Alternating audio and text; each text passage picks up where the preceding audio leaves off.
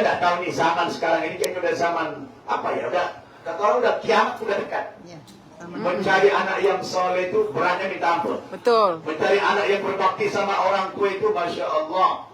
Terkadang sudah kita masukkan ke pesantren, betul nggak? Sudah kita masukkan ke pesantren, masih juga keluar pesantren, masih melawan juga sama orang tua. Berat sekarang ini, Bu. Berat tantangan kita sekarang untuk membentuk anak yang soleh ini. Maka yang penting tahapan-tahapan pendidikan ini yang kita harus sampaikan kepada si anak dengan meniru siapa tadi? Luqmanul Hakim. Kemudian setelah diajarkan tentang bagaimana berakidah, jangan sampai musyrik, bagaimana berbuat baik atau berbakti kepada kedua orang tuanya. Apa yang selanjutnya saya bacakan yang diajarkan Luqman kepada anak-anaknya. Kalau ibu bapak ingin sukses membentuk anak yang saleh, ikuti tahapan-tahapan ini. Ada diabadikan dalam Al-Quran. Ibu bapak bisa baca sendiri. Ada dalam surat Luqman ini. Lalu kewajiban berbakti kepada orang tua itu memang ada batasan. Ada batasan. Di ayat berikutnya, wa in jahadaka ala an tusyrika bi ma laysa laka bihi ilmun fala tuti'huma wa sahibhuma fid dunya ma'rufa. Nah, di satu sisi kamu punya kewajiban berbakti kepada kedua orang tua. Tapi bagaimana kalau orang tuanya tidak muslim? Bu, bagaimana kalau orang tuanya tidak muslim? Sering terjadi di Amerika ini juga. Ya,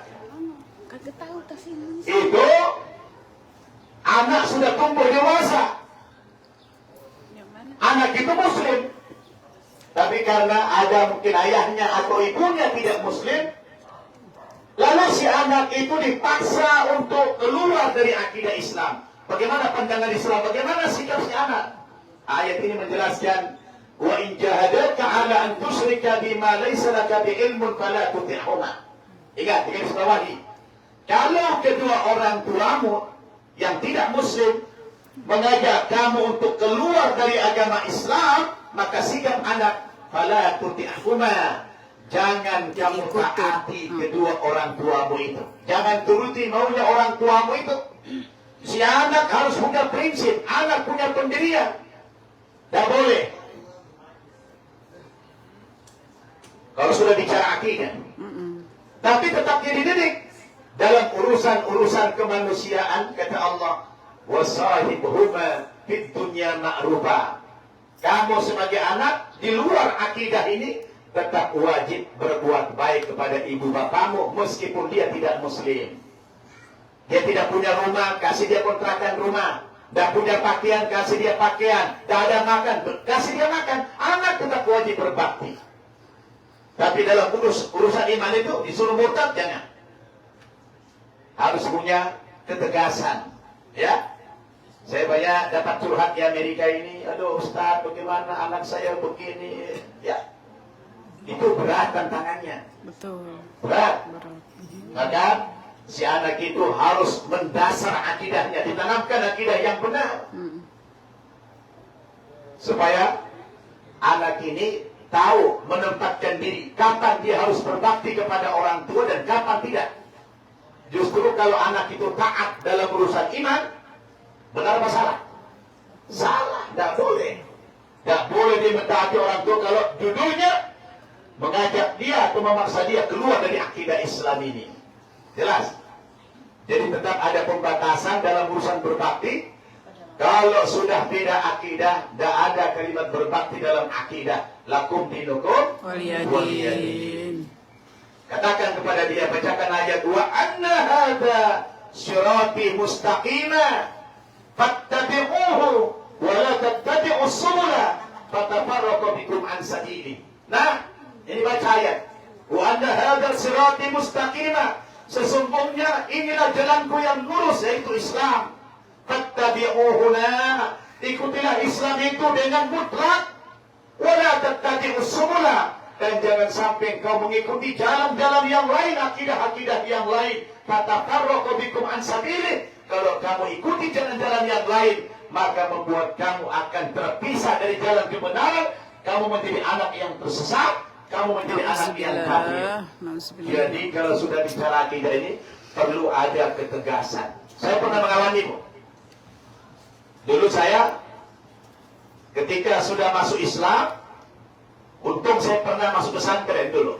Saya pulang kampung, saya pakai sorban pulang kampung. Pakai sarung, pakai sorban, pakai sendal terompak. Dulu orang tua saya, saudara saya tidak tahu kalau saya pindah agama. Begitu saya pulang, stylenya udah berubah. Sok-sokan. Andaikan saya dulu tidak terlalu menampakkan, mungkin tidak begitu. Tapi saya sengaja pakai sarung, pakai sorban, pakai peci putih, pakai sendal terompak, gaya anak santri. Sampai saya di rumah, abang saya tahu saya sudah muslim, dikejar saya, terbirit-birit saya lari. Kalau tidak saya lari, mungkin mati saya. Masya Allah. Tahu sendiri, orang bangsa saya itu panasnya bukan main. Bencinya sama agama saya bukan main. Sampai sekarang pun kalau saya pulang kampung masih dimusuhi. Lalu bagaimana sikap kita? Nah, ibu saya juga bencinya bukan main. Sampai 5 tahun saya tidak boleh komunikasi. Tapi ketika ibu saya sakit parah, saya perlihatkan bagaimana akhlak Islam. Ya, saya perlihatkan ibu saya kena kanker di lidah. Saya bawa dari Medan ke Jakarta ke rumah sakit Cipto. Dia tidak mau gara-gara takut diislamkan. Tapi saya bilang tidak ada target pengislaman. Tapi alhamdulillah Bu, dia lihat akhlak saya, dia lihat keseriusan saya merawat orang tua di rumah sakit 7 bulan. Pada akhirnya 2 bulan menjelang meninggal dia masuk Islam. Dapat hidayah. Alhamdulillah. Kenapa? Kita punya prinsip. Jangan kita yang mengalah. Betul. Kita yang harus mewarnai orang yang tidak beriman. Betul tidak? Betul. Jangan terwarnai. Ibu-ibu di sini jangan terwarnai. Betul. Harus mewarnai. Betul. Betul tidak? Betul. Tapi saya bangga. Terus terang, lebih hebat imannya orang Islam Indonesia di Amerika daripada di Indonesia. Waduh. Hebat. Coba. Berapa banyak teman-teman kita yang sholat subuh, berjamaah datang subuh, dia drive berapa? 1 jam. 1 jam untuk sampai ke masjid. Kalau tidak kuat iman, Masya Allah. Betul. Di Jakarta, di samping rumahnya masjid, tidak bisa melangkah dia. Ketiduran. Maaf Bun. Bahkan ada ibu-ibu datang ke saya dulu. Ustaz, kenapa ya Ustaz? Amerika ini kan negara tidak Islam, di mana-mana orang non-Muslim. Tapi jujur Ustaz, saya justru pakai jilbab di Amerika ini. Waktu saya di Indonesia Ustaz tidak pakai jilbab saya. Iya betul. Tapi di sini saya pakai jilbab. Kenapa Bu? Karena saya malu lihat teman-teman saya pakai jilbab. Subhanallah. Awalnya malu dulu. Itulah hebatnya pergaulan. Benar kata Nabi, al-mar'u ala dini khalilihi, falyanzur ahadukum man yukhaliluh. Seseorang itu kata Nabi sangat bergantung kepada temannya. Maka perhatikan kepada siapa kamu berteman, bersahabat. Ada orang bukan sama saya, ada lagi ibu-ibu bilang, Ustaz, dulu saya tidak pernah sholat di Indonesia, tapi sampai di sini Ustaz, alhamdulillah saya sholat, tidak pernah tinggal. Itulah mana? Itulah hidayah Bu. Berarti ibu dapat hidayah mana? Di Amerika ini. Pertahankan itu. Warna yang lain saya bilang. Di Indonesia tidak pakai jilbab, sampai di sini malah pakai jilbab. Alhamdulillah. Padahal di Indonesia banyak orang berjilbab, tapi dia tidak tersentuh. Di Amerika karena minoritas. Betul kata Allah. Kam min fi'atin qalilatin ghalabat fi'atan katsiratan bi'idznillah. Berapa banyak jumlah yang kecil, jumlah yang sedikit bisa mengalahkan jumlah yang besar bi'idznillah dengan seizin Allah Subhanahu wa taala. Memang Bu, harus kecil dulu kita. Kalau orang kecil lebih serius beragama daripada besar. Betul? Kalau besar anggap enteng. Kalau mayoritas anggap enteng. Betul enggak? Tapi semakin kecil kita tulis, ini solid. Amin, amin. Ini solid, saya bangga, ini solid. Amin. Bagus, insya Allah terus ya. Kalau nggak solid, mau ngapain lagi? Harus solid. Saya lihat ibu, Masya Allah, datang di Jakarta, orang datang ke pengajian tinggal makan. Kalau di sini ibu-ibu, semua orang bawa. Setiap hari bawa. Hebat ini. Betul nggak? Betul. Hebat. Setiap hari sedekahnya luar biasa. Jadi ini kita lestarikan. Ini adalah sebuah keberhasilan dakwah kita di Amerika ini. Betul tidak? Betul. Alhamdulillah. Alhamdulillah. Jadi, wa in jahadaka ala an tusyrika bima laysa laka bihi ilmun wa fala tuti'huma. Kalau orang tuamu memaksa kamu murtad dari Islam ini, anak haram taat. Betul? Betul. Haram taat dalam urusan iman. Tapi kalau urusan yang lain, urusan kemanusiaan, dia tetap wajib berbakti kepada ibu bapaknya. Siapa tahu dengan berbakti itu, bapak ibunya dapat hidayah, kemudian masuk Islam. Masuk Islam. Amin. Apalagi yang dikatakan Luqman? Setelah masalah akhlak terhadap orang tua, kemudian yang ketiga ditanamkan oleh Luqman apa? Pentingnya ada pengawasan. Apa Bu? Pengawasan. Pengawasan. Apa kata Allah? Ya bunayya, innaha in takum mithqala habatin min khardalin fatakun fi sakhratin aw fis samawati aw fil ardi ya'ti biha Allah, innallaha latifun khabir. Kata Luqman, nah, kamu perlu tahu nak, sesungguhnya kalau kamu melakukan perbuatan, apakah itu perbuatan yang baik atau perbuatan yang buruk, sekecil apapun dah perbuatanmu itu, Allah melihatnya. Allah melihat perbuatanmu itu, sekecil apapun itu, dan nanti akan Allah balasnya. Maka kamu hati-hati, waspada ya nak. Jangan kamu sembarangan, jangan kamu melakukan perbuatan yang tidak baik ya nak. Itu diajarkan betul sama Luqman. Ada muraqabah, pengawasan. Ada Pengawasan. ada kontrol dari orang tua dan kontrol dari dirinya sendiri. Tanamkan itu. Ada rasa takut, jangan sampai melakukan dosa. Sebab orang melakukan dosa itu dua penyebabnya. Pertama, ada niat. Yang kedua, ada kesempatan. Kata Bang Nabi begitu. Orang melakukan kejahatan karena dua faktor. Pertama, niat. Yang kedua, kesempatan. Ada niat, tapi tidak ada kesempatan. Jadi nggak? Nggak jadi. Nggak jadi. Ada kesempatan depan matanya itu ada kesempatan dia maksiat, tapi karena kuatnya iman nggak ada niat. Jadi nggak? Nggak jadi. Orang berniat melakukan kejelekan, nggak jadi. Karena nggak ada kesempatan, dapat dosa nggak? Dapat. Nggak dapat dosa dia. Tapi orang berniat melakukan kebaikan, nggak jadi, dapat dosa. Dapat pahala. Subhanallah. Kalau jadi, kata Allah Pak, manja'a bil hasanati falahu asyru amthaliha. Barang siapa jadi melakukan kebaikan, dia melakukan kebaikan, satu kebaikan dia lakukan, maka dia mendapatkan 10 imbalan, 10 pahala. Tapi wa man jaa bisayyi'ati fala yujza illa mithlaha. Wah, hebatnya Islam ini. Tapi siapa yang melakukan perbuatan buruk, maka dia tidak dibalas oleh Allah kecuali hanya yang semisal saja.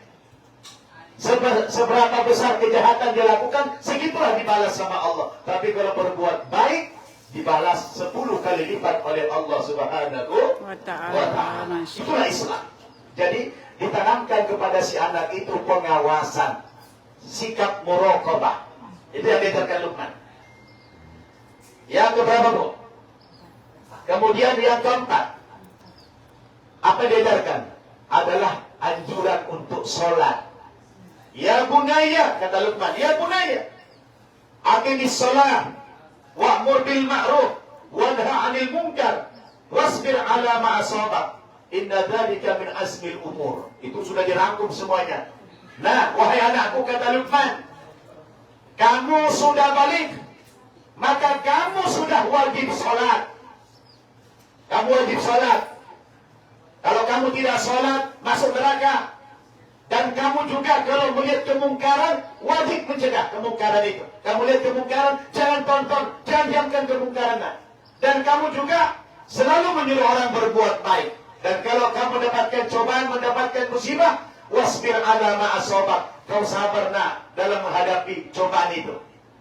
Kamu jangan putus asa. Biasanya nak, kalau Allah memberikan kamu cobaan, itu Allah membuktikan dia sayang sama kamu. Karena Nabi katakan, idza ahabballahu 'abdan ibtalahu. Kalau Allah ingin membuktikan kasih sayangnya kepada hamba, maka si hamba itu diuji sama Allah Subhanahu wa taala. Jadi kalau kita dapat musibah, dapat cobaan, itu bukan karena Allah murka kepada kita, tapi Allah sayang kepada kita. Betul nggak, Bu? Betul. Bu? Betul. Bu? Betul. Kalau ibu dapat cobaan, itu bentuk murka atau sayang Allah? Sayang Allah. Karena Allah sayang kepada kita, betul? Betul. Kenapa? Orang yang beriman itu ketika ada melakukan kesalahan langsung ditegur sama Allah. Gak dibiarkan berlarut-larut. Diingatkan oleh Allah. Itu bukti Allah sayang sama kita. Betul? Tapi kalau orang yang tidak punya iman melakukan kesalahan, gak ditegur-tegur sama Allah. Dibiarin. Maka ada tanya sama saya, Ustaz, kenapa itu Sumatera Barat? Bukankah Sumatera Barat itu adalah semuanya Muslim? Kok ada kemarin banjir bandang, gak tahu dari mana sumbernya itu? Banyak orang meninggal dunia. Orang-orang yang tidak beriman malah gak begitu-gitu amat. Aceh itu datang tsunami. Apa Allah itu mengajak? Tidak. Allah katakan, Bu, wa ma kana Allahu liyu'adzibahum wa anta fihim. Allah Subhanahu wa taala tidak akan mengazab umat Nabi Muhammad ini secara merata wa anta bihim, kalau engkau Muhammad masih berada di tengah-tengah mereka. Azab tidak akan ada turun kalau ada Nabi Muhammad di situ. Yang kedua kata Allah, wa ma kana Allahu mu'adzibahum wa hum yastaghfirun. Allah juga tidak akan mengazab umat Nabi Muhammad kalau di tengah-tengah umat itu masih banyak orang yang istighfar, mohon ampun kepada Allah Subhanahu wa taala. Jadi itu yang namanya tsunami, yang namanya banjir bandang itu bukan azab. Ya, umat Nabi Muhammad ini tidak akan diazab oleh Allah kalau masih banyak orang yang istighfar. Tapi apa? Umat Nabi Muhammad saat itu diingatkan oleh Allah supaya kembali lagi ke jalan yang benar. Itu adalah bentuk kasih sayang Allah kepada kita. Jangan kayak kemarin ada penceramah datang ke tempat musibah, dia bilang ini azab, digebukin dia. Gak boleh begitu. Betul. Ini azab dari Allah. Tadi dah sholat sih. Oh, digebukin dia di sana. Kalau kita ada orang musibah, dihibur, bukan ditakut-takuti. Betul. Nanti ibu datang ke rumah sakit, besuk teman. Ibu kenapa? Oh, saya ini ada jantung. Oh, hati-hati Bu, kemarin teman saya meninggal karena jantung. Langsung meninggal mendadak ya. Jangan lugu-lugu anak. Kalau ada orang dapat musibah, dihibur. Malah polos-polos. Kamu diangkat, jangan begitu. Wajar kalau ditepelin dia kan. Tambah sakit. Orang sudah bersedih, orang sudah kehilangan keluarga, malah dibilang itu azab, makin sakit hati dia. Oh kalau gitu, kalau udah saya diazab dong. Marah nggak dia? Marah. Betul? Betul. Umat Nabi Muhammad itu tidak diazab oleh Allah selagi di tengah-tengah umat itu ada orang yang istighfar, mohon ampun kepada Allah Subhanahu Wa ta'ala. Kemudian yang terakhir, apa yang diajarkan Luqman kepada anak-anaknya? Yaitu sifat tawadu. Apa Bu? Tawadu. Sifat tawadu. Apa tawadu? Apa tawadu Bu? Kalau di Jakarta tawadu itu singkatannya tahu warna duit. Enggak tahu. Nah, tapi kalau tawadu bahasa Arab artinya rendah hati. Apa kata Luqman itu? Rendah hati. Wala tusahhir khaddaka linnas wala tamshi fil ardi maraha innallaha la yuhibbu kulla mukhtalin fakhur. Nah, Bagus Ustaz nih. kamu kalau berjalan di muka bumi ini jangan membusukkan dada nak. Jangan angkuh, jangan arogan. Walaupun bapakmu bupati, walaupun bapakmu presiden, jangan sombong nak. Jangan pernah kamu membangga-banggakan ayahmu nak. Dulu Salman Al-Farisi Ya, Salman Al-Farisi itu orang kaya dari Persia. Dia masuk Islam. Dia ditanya, "Man anta?" Ana Salman Al-Farisi, orang kaya itu. "Ibnu man anta?" Dia nggak banggakan keluar. "Ana ibnul muslimin." Saya anaknya orang-orang Islam. Yang dia banggakan adalah keislamannya. "Ana ibnul Islamul muslimin." Saya anaknya Islam dan umat Islam. Yang dia banggakan agamanya, bukan bapaknya yang hebat. Anak-anak sekarang kadang-kadang begitu kan, yang dibanggakan, wah mentang-mentang anaknya pejabat, wah petentang-petenteng di jalan sana, betul tidak? Betul, tantang petenteng. Tanamkan sifat tawadu itu kepada anak-anak, rendah hati. Kalau orang bilang sini, bilang Kamu boleh bangga, tapi jangan banggakan leluhurmu, jangan banggakan keturunanmu, yang kau banggakan dirimu. Ini saya Muslim, anak syabab, saya pemuda Islam. Kamu apa? Oh, bukan yang dibanggakan bapaknya, tapi dia bangga terhadap dirinya. Dia adalah pemuda Islam. Maka inilah tahapan-tahapan pendidikan yang diajarkan Luqman kepada anaknya, dan dia berhasil. Semua anaknya menjadi anak-anak yang soleh. Maka diabadikanlah nama Luqman dalam Al-Quran menjadi salah satu nama surat dalam Al-Quran. Padahal dia bukan seorang nabi. Jadi Bapak Ibu, inilah terkait dengan cucunya Bu Halimah tadi mau lahir. Mudah-mudahan nanti ibunya mendengar ini. Ini kesempatan. Dari cerita Musa tadi, diperdengarkan ayat-ayat Al-Quran. Kalau ibu mau punya lahir cucu juga, katakan kepada anak, ya, calon ayah atau calon ibu dari anak itu. Coba terus kamu putarkan itu lagu-lagu Al-Quran. Kamu udah bisa mengaji, pukarin aja di situ, setel aja lagi lagu Quran. Insya Allah itu membekas ke dalam jiwa si anak itu untuk terbentuknya menjadi anak yang soleh dan solehah, bahkan menjadi ahlul Quran, menjadi orang-orang yang ahli Quran, ya, orang yang cinta kepada Al-Quran. Amin, Jadi amin. dulu ibu-ibu, bapak-bapak, pengantar kita sudah hampir 1 jam saya, jangan lama-lama. Ceramah bukan karena banyaknya menjadi baik, tapi karena baiknya insya Allah menjadi banyak. Amin, Ya, amin. saya berikan waktu kepada ibu bapak kalau ada yang mau bertanya aja, silakan. Ada yang mau tanya Bu? Biasanya Bu Nur ini ada, Bu Nur langsung. Bu Nur. Waalaikumsalam warahmatullahi wabarakatuh. Tadi Ustaz menyebutkan bahwa Speaker. lahir di asal dan di kamar itu apa sama Apa itu? Ini pakai speaker, pakai speaker. Oke Bapak, agak kencang dia Bu. Saya pendengaran terganggu ini. Yang Ya, kencang. boleh di atas. Iya.